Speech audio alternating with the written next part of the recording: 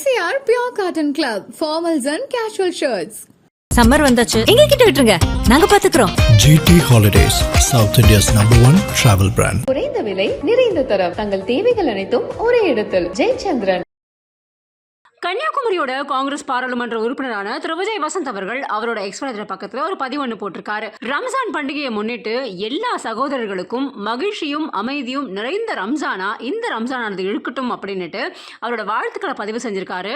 அன்பு சகோதரர்கள் எல்லாருக்குமே அன்பும் கருணையும் நிறைந்த ரமலான் நல்வாழ்த்துக்கள் அப்படிங்கிற மாதிரி தன்னுடைய இதயம் கனிந்த நல்வாழ்த்துக்களை இந்த ரம்ஜான் திருநாள்ல எல்லா அன்பர்களுக்கும் தெரிவிச்ச இந்த பதிவானது இப்போ இணையத்தில் வைரலா பகிரப்பட்டு வந்துகிட்டு இருக்கு. இந்த இதுவே ரெகக்னைஸ் பண்ணியிருக்காங்கன்னா அது வந்து நேரில் பெரிய விஷயம் தான் சொல்லுவேன். இப்போ தந்தையோட மறைவுக்கு பிறகு அந்த டைம் பேசினாங்க. ஸோ அந்த குடும்பத்துக்கு தான் நாங்கள் வந்து சில விஷயங்கள் பண்ண வேண்டியது இருக்குங்கிற மாதிரி காங்கிரஸ் சில தலைவர்கள் பேசினாங்க. ஸோ எளிமையாக நடந்துருச்சு அவங்களுக்கு இந்த சீட் வந்தது? இல்லை, அப்படின்னு நம்ம சொல்ல முடியாது. ஏன்னா வந்து அதாவது அப்பாவோடைய தொண்டு காங்கிரஸ் கட்சிக்கு பார்த்திங்கன்னா வந்து ஈடு கொடுக்க முடியாத ஒரு இது. கட்சிக்கு மட்டும் இல்லை, மக்களுக்கும் சரி, சமுதாயத்துக்கும் சரி, அதே மாதிரி வந்து வியாபாரிகளுக்கும் சரி. ஸோ அவங்களோட ஜேர்னி வந்து ஒரு பெரிய ஜேர்னி. அவங்களுடைய கனவு ஃபுல்ஃபில் ஆனது 2019 ஒரு எம்பி ஆகி அவங்களுடைய அந்த டேர்மை முடிக்க முடியாமல் அவங்க வந்து கொரோனாவால் பாதிக்கப்பட்டு இறந்துட்டாங்க. இதில் வந்து என்னென்னா வந்து அந்த டைமில் தான் வந்து எனக்கு வந்து அப்பாவோட கனவுகளை நிஜமாக்கணும். ஏன்னா அது வரைக்கும் இருக்கும்போது நம்ம ஒரு ஃப்ரெண்ட் ரன்னராக இல்லவே இல்லை. நான் வந்து அரசியல்னாலும் அப்பா கூட நான் ஈடுபாட்டில் இருந்தேன். நான் ஃபஸ்ட்டு அப்பா மேயர் எலெக்ஷன்லேருந்து கேம்பெயின்ஸ் போயிருக்கேன். அப்போ காலேஜ் ஸ்டூடெண்ட் நான். ஸோ அந்த மாதிரி நம்ம பிஹைண்ட் இதில் அப்பா இப்படி பண்ணலாம்ப்பா அப்படி பண்ணலாம்ப்பான்னு கன்னியாகுமரி வரும்போது நாங்கள் ரொம்ப இன்வால்வாக இருந்தோம். ஃபார் எக்ஸாம்பிள் பார்த்தீங்கன்னா வந்து நோவல் டாட்டா அவர்களை பார்த்து வந்து டிசிஎஸை கொண்டு வரணும்னு கேட்டோம். அதே மாதிரி ஒரு ஜப்பான் நிறுவனத்தோட வந்து கடல் சீத்தத்தை எப்படி பண்ணலாம்னு பேசினோம்.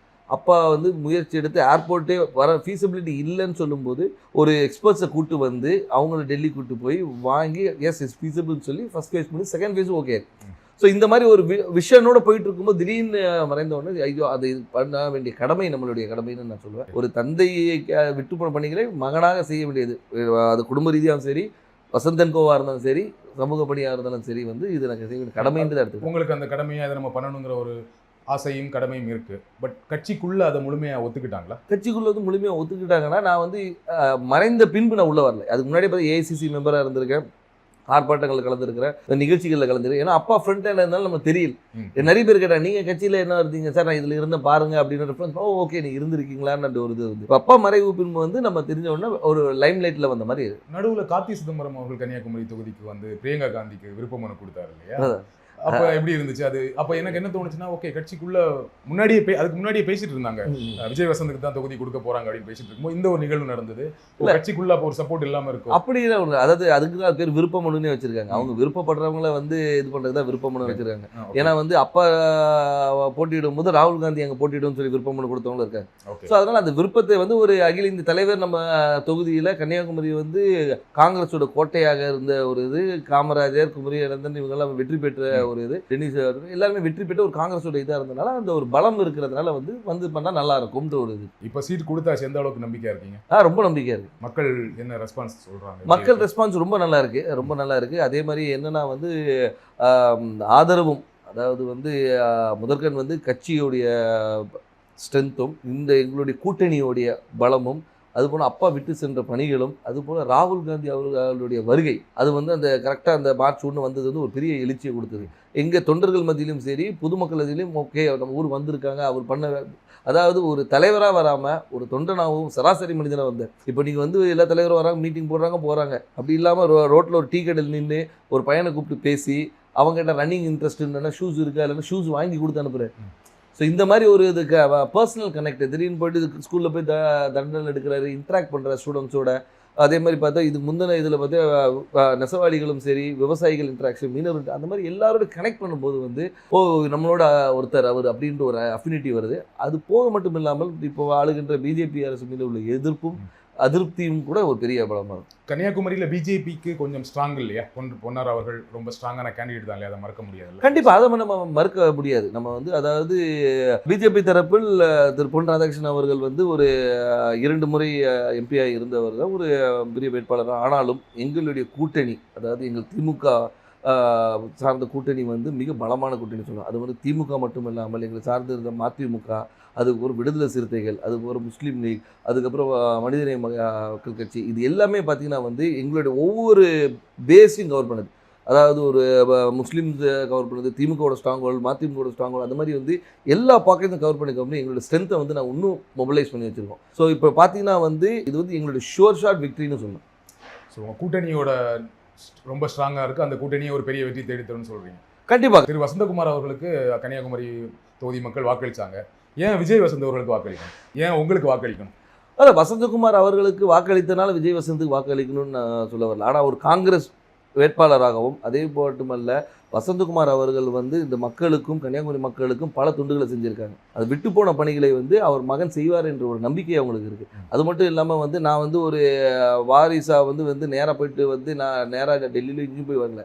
அடுத்த நாளே மக்களை சந்தித்தேன், மக்களோட இருந்தேன், எல்லா நிகழ்ச்சிகளை கலந்து கொண்டு எல்லாரோட நிறை குறைகளை கேட்டுட்ருக்கோம், மக்களாக இருந்தோம். அது ஏன்னா எடுத்தவொன்னே அக்செப்ட் பண்ணிக்க மாட்டாங்க.